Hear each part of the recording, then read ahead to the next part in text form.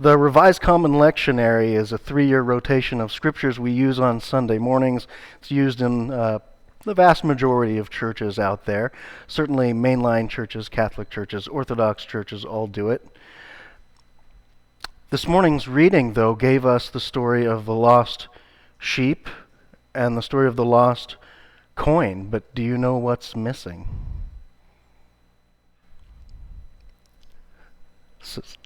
The son? Prodigal son? Okay, so the lost sheep, lost coin, lost son. I think that's one story. The lectionary has broken it up into two. But we'll get back to that. Jesus tells this story. He says, suppose one of you has 100 sheep and loses one of the sheep. And then he asks a question he knows the answer to.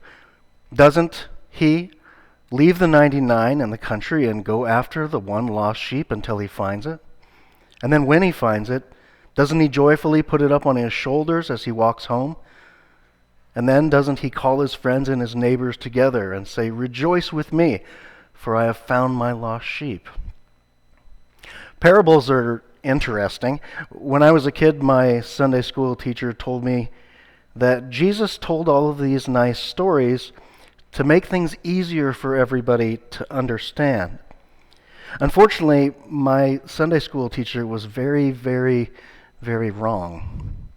The word that we often translate as parable can also be translated in multiple places in the Old Testament and New as dark sayings. It's called dark sayings every time it appears in the Psalms. Often the exact same word gets translated as riddle, as it does in the book of Ezekiel. In fact, when Jesus' own disciples come to him and they ask him very directly, why do you speak to us in parables? Jesus answers, therefore I speak to them in parables, because though seeing they do not see, and though hearing they will not understand. Matthew 13. In short, Jesus doesn't say, I tell parables because they make things really easy for people to pick up on. He says the exact opposite. He says, I tell parables because they confuse people, because hearing they don't hear, seeing they don't see. Instead of easy answers that people can just take and then walk away and be on their merry way, Jesus tells people stories that make them have to dig in. They have to question. He tells parables because parables aren't rules. Parables make students, disciples. It makes people who want to learn. And the same is true for everyone here today. Parables are still odd. We just don't always notice. If you read them closely, they'll hit you just a little bit the wrong way. All of them are this way. They're full of oddities and strange exaggerations that don't actually make any sense. Mustard trees are little bushes, not giant trees that have big branches where birds land in them. There's oddities in the story. Take the parable of the lost sheep. It seems fairly crazy. Why would anybody leave 99 sheep behind to go chase after one silly sheep? And then, when they get it, throw a big giant party inviting a bunch of people over. No one would do that, right? Jesus then tells a second story. He says, or suppose a woman has 10 silver coins and she loses one. Doesn't she? He assumes the answer is yes. Again. Doesn't she light a lamp, sweep the whole house, search carefully for it until she finds it? And again, assuming the answer is yes, she does. He says, and then when she finds it, she calls all of her friends and her neighbors together and says, rejoice for me, for I have found my lost coin. And again, the story seems a little odd. Who on earth would go searching around the house for one single little coin not worth very much money, and then, when she finds it, spend a whole bunch of money throwing a party for all of her friends and neighbors to celebrate the single coin she got back? Again, in this room, I'm guessing, the answer is no one, right? Finally, Jesus tells a third story. In this one, a son leaves his father. He goes out with his inheritance and he parties all of his money away with the Gentiles, the sinners. Then the son sees the error of his ways. He comes running home to his father. And in the story, the father takes this boy back, the lost prodigal son. And the father runs over to him. He puts a brand new robe on him. He puts a new ring around his finger. Then he orders the servants to kill the fatted calf, the largest amount of meat they'll have for the year. And then he invites over all of his friends and his relatives and neighbors, and they have a party. But in the story, the older brother gets angry. He's been faithful. He's been there the whole time. He didn't run away. He doesn't get a party. He's been good. And so he complains, just like the Pharisees did at the beginning of the story about Jesus welcoming a sinner to the meal. But the loving father says to the older son, "My son, you've always been with me and everything I have is yours. But we had to celebrate, we had to be glad because this brother of yours was dead and now is alive again. He was lost and now he is found." And in the end, we all see the error and the selfishness of the older brother. And we all see the great love of the Father and admire it. Who wouldn't celebrate the return of a wayward child, right? And in this case, everyone here would say, we all would. We all want the wayward child back. But there's the rub. See, we've got it completely wrong. All three of those answers are wrong. That's what parables do. If you want an easy answer, sure, you can have one. It's just going to be the wrong one. However, hearing you won't hear and seeing you won't see. But if you dig just a little bit, then you find quite a bit more. Unfortunately, we are so far removed from the culture of the first century Jewish storyteller that we answer all three of these questions incorrectly. We wouldn't leave the 99 to go look for one. That's silly. We wouldn't spend a fortune celebrating finding one coin that's not worth very much. We would invite the son home.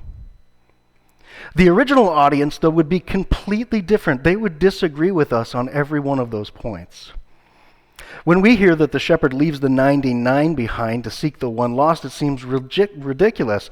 When Jesus says, "Which one of you wouldn't leave the 99?" we're tempted to say, "I wouldn't." But the original audience would have taken it as a given, which is why he says, "Which one of you wouldn't?" Of course they would. They would all go after the lost one. And it was worth a fortune to them. It's like losing a car. The second story is the same. When we hear that this woman would spend a bunch of money celebrating the recovery of one small coin, it sounds like she's crazy. When Jesus asked, who wouldn't throw a party to celebrate finding the one lost coin? Again, we think, I wouldn't. But the original audience wouldn't have seen it that way. You see, when a Jewish woman got engaged, she would generally be given a small bracelet with a set of 10 coins. Much in the same way that a woman today might be given an engagement ring with a bunch of little diamonds around one big diamond. Basically, what's happening here is like a woman losing one of those small diamonds from her engagement ring. And so the actual value of the coin doesn't matter in any way, shape, or form. The coin is sentimental. It's from her wedding day. She's so happy to have found it that she's more than willing to throw a big party and celebrate. It's not the coin that matters, it's the meaning behind the coin. And then there's the third story, the same again. When Jesus presents a man who's glad to have his son back, and then essentially says, who among you wouldn't throw a party for having his wayward son come home? And we say, of course we would celebrate that. But again, that's not how Jesus' first audience would have seen this story either. See, in the story, the younger son comes to the father and asks for his meros, or his allotment. And quite literally, what he's asking for is his inheritance, his dad's money. Now, refresh my memory for just a second. When exactly does a son get his inheritance from a father? He gets his inheritance when the father is dead. What's happening here is the younger son goes to the father, and in essence, he says, I wish you would die already. Give me my money so I can leave and never see you again. What he does is the ultimate insult to the father, but it actually gets a little worse than that. See, at the time there were two main ways that you would get an inheritance distributed to you. The first is this: the older son, the firstborn, would get the entire inheritance, and then that person would be charged as the new head of the household and could dole some out if that person chose to.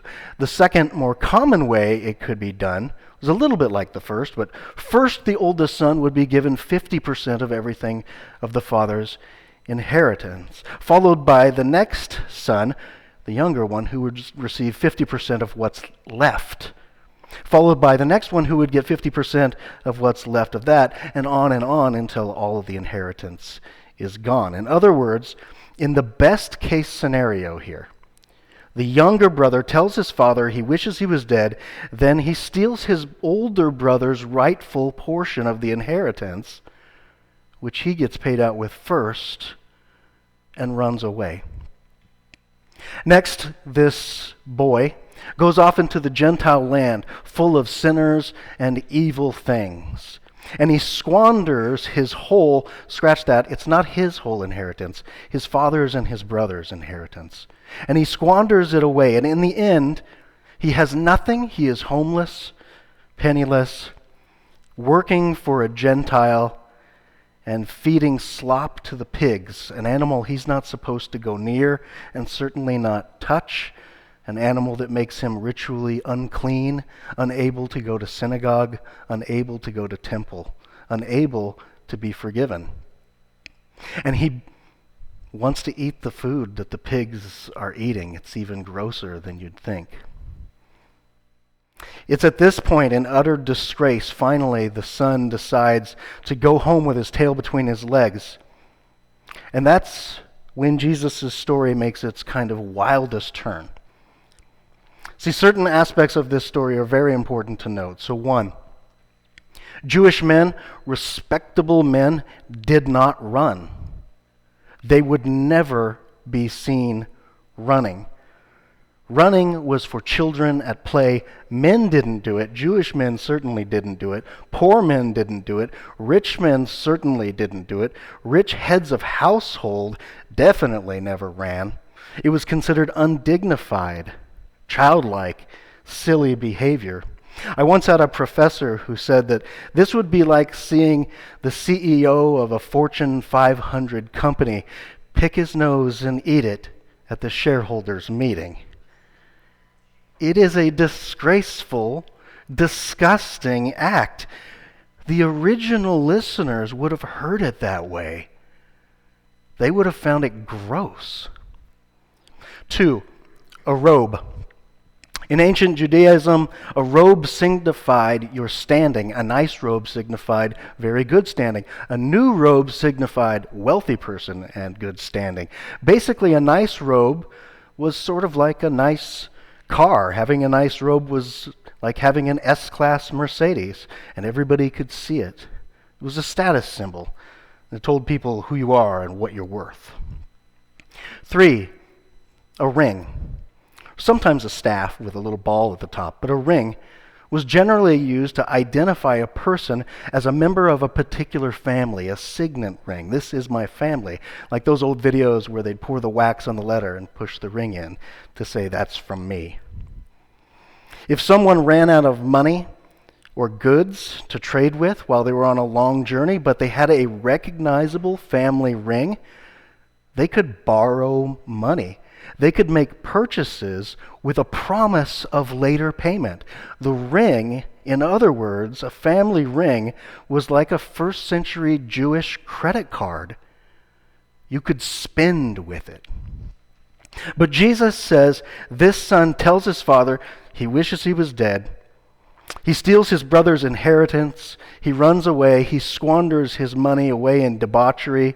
And he longs to eat the slop of the pigs. And when he comes home, his father, it says, when the boy was still a long way off, his father, who has apparently been waiting, watching, when the boy was still a long way off, runs to his son, puts the workers to bring him a nice new robe, and hands him a brand new credit card with no limit. And then he throws him a party. When we hear today that the young son comes back and that the older brother complains, we're tempted to see the older brother as the bad guy and the father as the example, but that's not the way the original hearers heard it. The original listeners would have seen the older brother complaining about his sinful little brother being invited back to the table. They'd have seen the complaining brother as the righteous hero and the father as the butt of a bad joke. When we hear these three stories, we tend to think, no, I wouldn't chase after the lost sheep. No, I wouldn't spend a bunch of money celebrating finding one lost coin. And yes, I would have a party if my wayward son came home. But Jesus' audience would have answered every single one of those the other way around. Yes, they would have gone after the lost sheep. Yes, they would have celebrated the lost coin. And no, they would not have ever taken that son back in that culture, ever. But that's actually the whole point. Jesus isn't telling three parables. He's actually telling just one parable. And I don't believe they were ever meant to be read separately the way the lectionary has cut them up for this morning. Instead, I think they're just one story, or as one theologian called it, the story of the three losts. Remember, this whole thing, these three lost stories, are all a part of a response to the exact same sentence. In verse 15 it says, "Now the tax collectors and sinners were all gathered around to hear Jesus, but the Pharisees and the teachers of the law all muttered, 'This man welcomes sinners and eats with them.'" And in response, Jesus tells this dark saying riddle about three lost items: a lost sheep, a lost coin, a lost person. Now, the Pharisees were actually the good guys. Today we think of them as the bad people that Jesus was constantly correcting. But in reality, they were much beloved, respected religious leaders of their day and were a high example. They were thought of as heroes by the common people. And even though they weren't the official priests, the people generally sought the advice of the Pharisees instead. They were known as the pious ones. It's actually what Pharisees means, the good ones.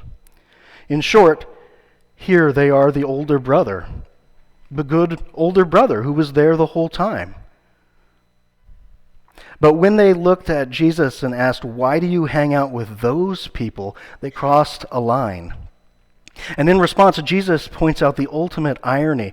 Jesus says, "You people are the sinners. You care about things like sheep.